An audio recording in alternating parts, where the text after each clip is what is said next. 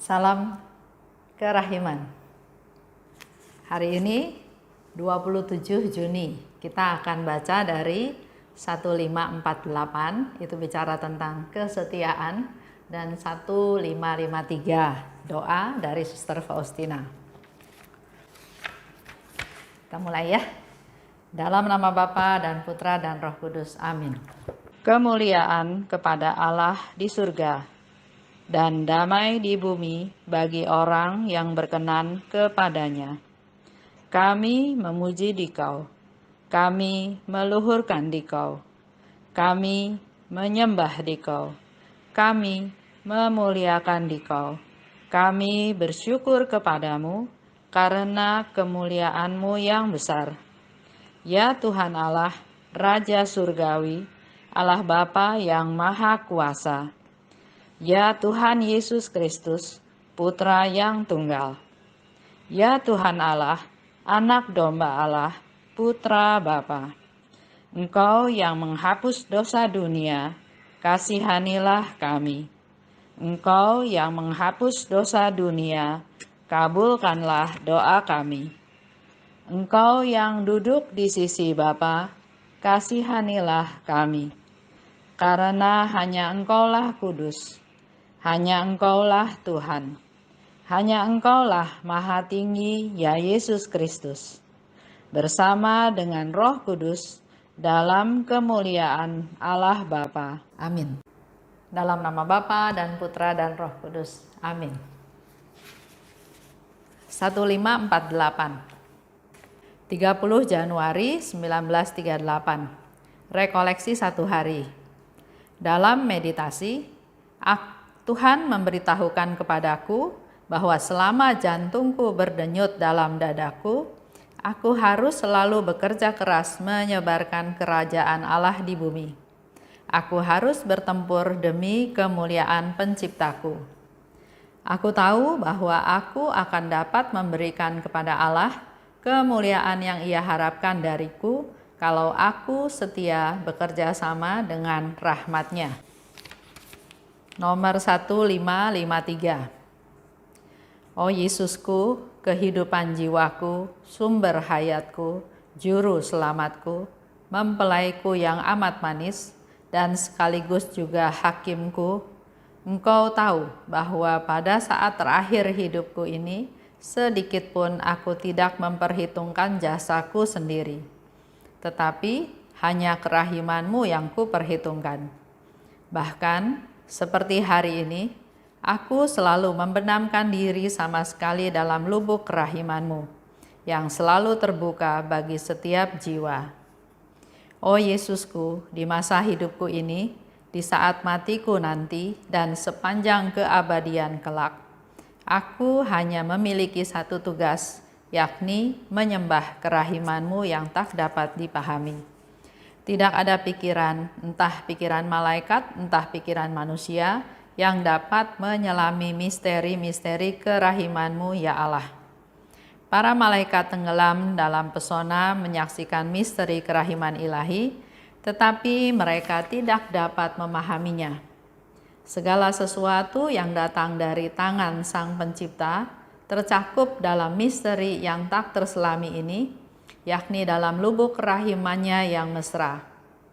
Ketika aku merenungkan hal ini, rohku jatuh pingsan, dan hatiku hanyut dalam sukacita. Oh Yesusku, lewat hati-Mu yang maha murah, laksana lewat sebuah kristal, berkas-berkas sinar kerahiman ilahi telah menembus diri kami. Itu ya yang mau kita bahas bersama-sama. 1548 terjadi 30 Januari 1938. Waktu itu Suster Faustina ikut rekoleksi satu hari. Jadi rekoleksi itu ada 1 hari, ada 3 hari, ada 8 hari. Dalam meditasi, Tuhan minta selama jantung berdenyut. Kalau kita perhatikan yang lalu-lalu, itu adalah Suster Faustina yang bilang selama jantungku berdenyut.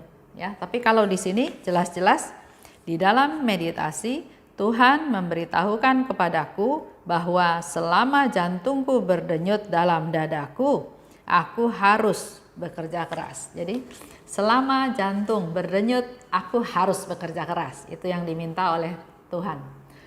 Apa kerja kerasnya? Yaitu menyebarkan kerajaan Allah di bumi. Aku harus bertempur demi kemuliaan Tuhan. Di bacaan yang lalu juga dikatakan oleh Suster Faustina, hidupku ini adalah suatu pertempuran.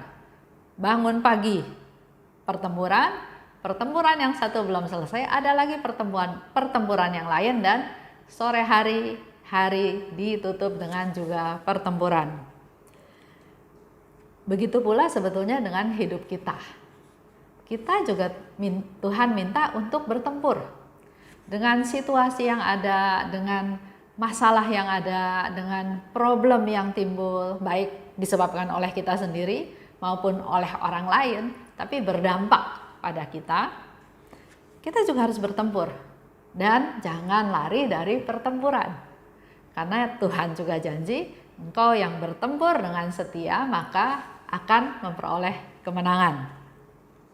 Contoh ya, dulu saya pernah kerja di satu perusahaan.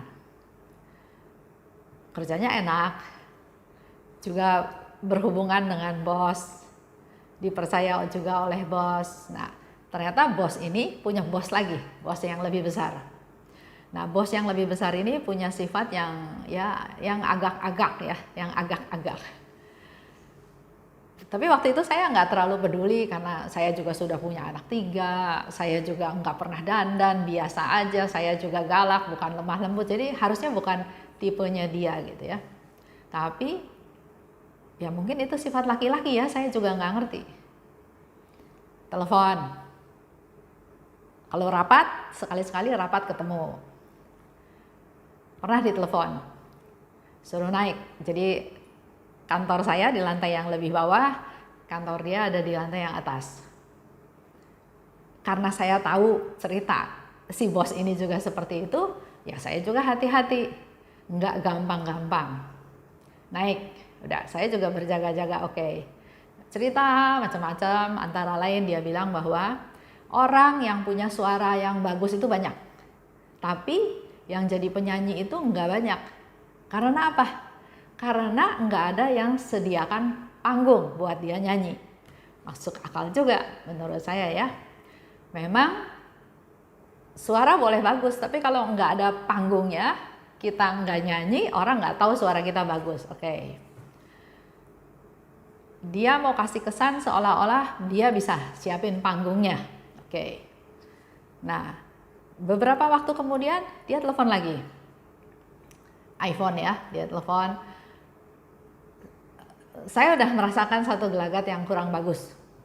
Tapi saya kan kerja, saya juga nggak bisa langsung pindah atau apa gitu ya. Nah, suatu hari dia panggil lagi ke atas. Di atas itu ruangannya besar dan hanya dia sendiri, sekretarisnya pun jauh di mana gitu ya. Jadi saya mulai khawatir, mulai takut, mulai gimana nih ya. Tapi ya itu puji Tuhan. Tuhan sepertinya menghibur saya. Dia bilang, kenapa kamu takut? Badan kamu lebih besar. Saya pikir iya, badan saya lebih besar. Toh saya masih bisa bela diri, saya masih bisa lari, saya masih bisa melakukan sesuatu. Jadi oke, saya naik ke atas. Tapi saya punya prinsip. Kalau dia duduk, saya duduk.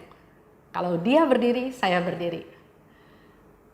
Naik ke atas, dia bilang, duduk Esther. Karena dianya posisi berdiri, jadi saya bilang, enggak Pak, saya juga berdiri aja, Bapak kan berdiri. Dia duduk, saya duduk. Begitu dia berdiri lagi, mejanya meja bundar besar. Begitu dia berdiri lagi, saya berdiri. Karena dalam hati saya mau ancang-ancang. Kalau dia macam-macam, saya masih bisa lari, saya masih bisa pukul, badan saya lebih besar. Jadi kenapa takut gitu ya. Nah, dengan gelagat seperti itu, kelihatannya dia juga tahu. Jadi tidak terjadi apa-apa. Oke, saya turun lagi. Berapa lama lagi dia telepon lagi. Dia bilang mau ajak makan siang. Saya bilang enggak, saya makan di kantor aja. Kenapa? Saya bilang ya kenapa harus makan siang di luar? Di kantor bisa makan siang. Karena dia desak, saya bilang nggak enak sama istri Bapak. Kenapa harus makan di luar? Dia bilang, oh nggak apa-apa, istri saya nggak apa-apa. Saya juga nggak kehabisan akal. Oh ya, istri Bapak mungkin nggak apa-apa, tapi suami saya barangkali apa-apa. Jadi lebih baik nggak usah. Saya pikir kita harus tegas ya. Kadang-kadang kita harus tegas. Nah setelah itu sudah tidak terjadi ada apa-apa lagi. Mungkin dia mau menawarkan sesuatu tapi sayanya tolak, atau apa, saya nggak mau terlalu tahu hal itu, tapi itulah kehidupan ya di dalam pekerjaan. Kita harus bertempur, kita harus mempertahankan apa yang benar, apa yang salah dengan segala resiko. Karena pernah satu kali juga saya kerja di perusahaan lain. Kalau udah sore itu ada aja yang dipanggil ke atas sama bos lain nih, ceritanya lain, perusahaannya lain. Dan setelah itu turun terus dia nangis-nangis. Saya bilang kenapa? Tapi dia nggak mau cerita. Agak sore udah mau jam pulang, bosnya itu turun. Dia pakai kemeja putih, di bagian lengannya itu ada seperti bekas bedak. Terus saya pikir, oh mungkin bos ini nakal ya, dikerjain tuh anak itu, makanya dia nangis. Tapi itu saya mau cerita bahwa dimanapun ada bahaya, ada tantangan, dan kita memang harus bertempur. Dan satu-satunya cara kita bisa bertempur dan menang adalah kita harus pegang Tuhan. Kita harus doa, kita harus minta kekuatan dari Tuhan. Itu sedikit cerita ya. Jadi kita harus bertempur demi kemuliaan Tuhan. Dan Faustina katakan, aku tahu aku dapat memberi kemuliaan kepada Allah kalau aku setia bekerja sama dengan rahmat-Nya. Jadi kita mau memberikan kemuliaan kepada Allah bukan maunya saya, begini begitu, tapi di sini Suster Faustina katakan, aku dapat memberi kemuliaan kepada Allah kalau aku setia bekerja sama dengan rahmat-Nya. Jadi kita dituntut untuk setia, dalam hal ini untuk setia bekerja sama dengan rahmat-Nya. Contoh lagi, pekerjaan ya, saya memang kerja ya. Itulah nasibnya pekerja, karyawan. Pernah satu kali saya juga kerja di satu perusahaan. Nah perusahaannya ini bosnya itu suka rapat di hari-hari Sabtu Minggu libur gitu. Sedangkan saya bilang saya Minggu itu harus ke gereja. Banyak yang lain-lain juga nggak ke gereja. Terus dia bilang, kenapa harus ke gereja? Haleluya, haleluya terus. Terus saya bilang, iya Pak, saya haleluya memuji Tuhan. Kan berdoa juga buat Bapak, berdoa juga untuk perusahaan ini supaya perusahaan ini berkembang dengan baik, dengan pesat. Oh, gitu ya. Ya sudah. Tapi itu ada konsekuensinya. Ya, sementara semua orang bisa kerja pada hari Minggu, hari libur, saya nggak bisa. Ya itu konsekuensi yang harus diambil. Nggak bisa semuanya mau. Setia bekerja sama dengan rahmat-Nya. Dikatakan lagi oleh Suster Faustina, Yesusku. Dia juga memberi gelar seperti yang lalu-lalu ya kepada Tuhan Yesus. Engkau adalah kehidupan jiwaku. Engkau adalah sumber hayatku. Engkau adalah juru selamatku. Engkau mempelaiku. Engkau hakimku. Jadi Faustina sendiri memberi gelar kepada Yesus ya. Dan ternyata dari semua kesimpulan itu, Suster Faustina katakan, aku hanya memiliki satu tugas, yaitu menyembah kerahiman-Mu yang tak dapat dipahami. Banyak hal, misteri dalam kehidupan ini yang kita nggak ngerti. Kenapa terjadi begini, kenapa terjadi begitu, ya. Tapi di sini Suster Faustina juga bilang lagi bahwa tugasku hanya satu, yaitu menyembah kerahiman Tuhan yang tak dapat dipahami. Dan menyembah itu bukan hanya sesaat, bukan hanya pada waktu pelayanan, tapi dikatakan di situ di masa hidupku. Selama masa hidupnya dia mau pakai untuk menyembah kerahiman Tuhan. Di saat matiku, jadi waktu nanti dia mati pun dia mau dalam posisi dia memuliakan kerahiman Tuhan. Dan di sepanjang keabadian. Itu tekadnya Suster Faustina. Begitu pula dengan kita semua. Tantangan itu ada, kembali lagi ya. Bahaya itu ada. Kejahatan ada. Jadi kita yang harus lebih berjaga-jaga, menjaga diri, baik secara jasmani dan rohani. Jasmani misalnya berkaitan dengan COVID-19 yang sampai sekarang ceritanya juga masih ada, masih terjadi, belum benar-benar diatasi. Selain itu juga kita tetap harus berjaga-jaga dari sisi rohani kita. Kita terus setiap saat berkomunikasi dengan Tuhan. Minta perlindungan Tuhan, minta diberi kepekaan supaya Roh Kudus, Roh penghibur, waktu memberikan nasihat kepada kita bisa mengikutinya dengan setia. Karena dikatakan di sini diminta kesetiaan, ya. Aku dapat memberi kemuliaan kepada Allah. Kita semua bisa memberi kemuliaan kepada Allah kalau aku setia bekerja sama dengan rahmat-Nya. Kalau Tuhan kasih kita rahmat, Tuhan kasih Roh Kudus memberikan inspirasi batin kepada kita, kita lakukan. Kita setia kepada rahmat-Nya, maka kita akan dapat memuliakan Allah. Itu aja ceritanya tentang tanggal 27 Juni ini. Kita tutup dengan doa ya. Dalam nama Bapa dan Putra dan Roh Kudus, amin. Allah Bapa yang Maha Baik, terima kasih Bapa atas rahmat-Mu. Kami juga mau belajar dari Suster Faustina, di mana tugasnya hanya satu, yaitu memuliakan kerahiman-Mu. Bukalah hati kami Tuhan, berilah kami kepekaan, mampukan kami menggali seluruh pengalaman hidup kami, bahwa melalui jatuh bangun dari apa yang kami alami, kami tahu ada penyertaan-Mu, kami tahu ada pemeliharaan-Mu. Kami juga tahu bahwa Engkau selalu menjaga kami, melindungi kami. Itu yang kami butuhkan Tuhan, dan untuk hari ini dan hari-hari yang akan datang, kami mohon rahmat-Mu Tuhan, supaya kami bisa setia terhadap rahmat-rahmat-Mu, sehingga dengan demikian kami bisa ikut kontribusi memuliakan kerahiman-Mu.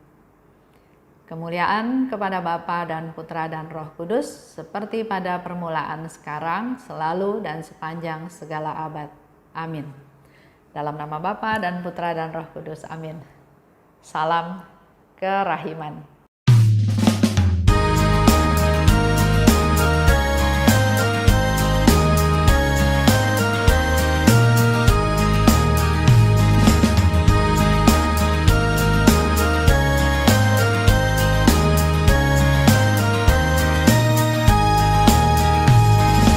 Berbahagialah jiwa yang menyerukan kerahiman Tuhan.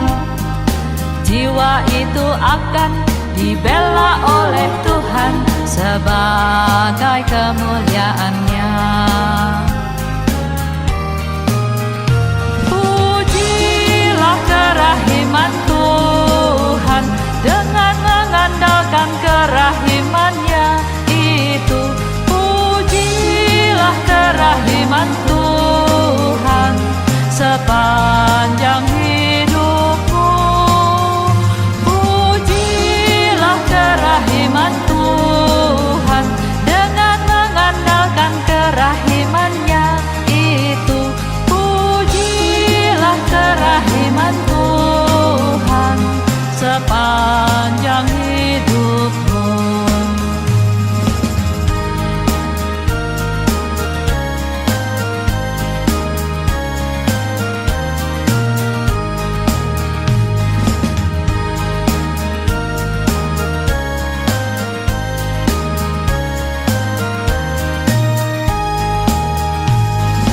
Berbahagialah jiwa yang menyerukan kerahiman Tuhan. jiwa itu akan dibela oleh Tuhan sebagai kemuliaan-Nya. Pujilah kerahiman Tuhan dengan mengandalkan kerahiman-Nya itu. Pujilah kerahiman Tuhan sepanjang hidupmu. Pujilah kerahiman Tuhan dengan mengandalkan kerahiman-Nya itu. Pujilah kerahiman Tuhan sepanjang hidupmu. Pujilah kerahiman Tuhan dengan mengandalkan kerahiman-Nya itu. Pujilah kerahiman Tuhan sepanjang hidupmu. Pujilah kerahiman Tuhan dengan mengandalkan kerahiman-Nya itu. Pujilah kerahiman Tuhan sepanjang hidupmu. Sepanjang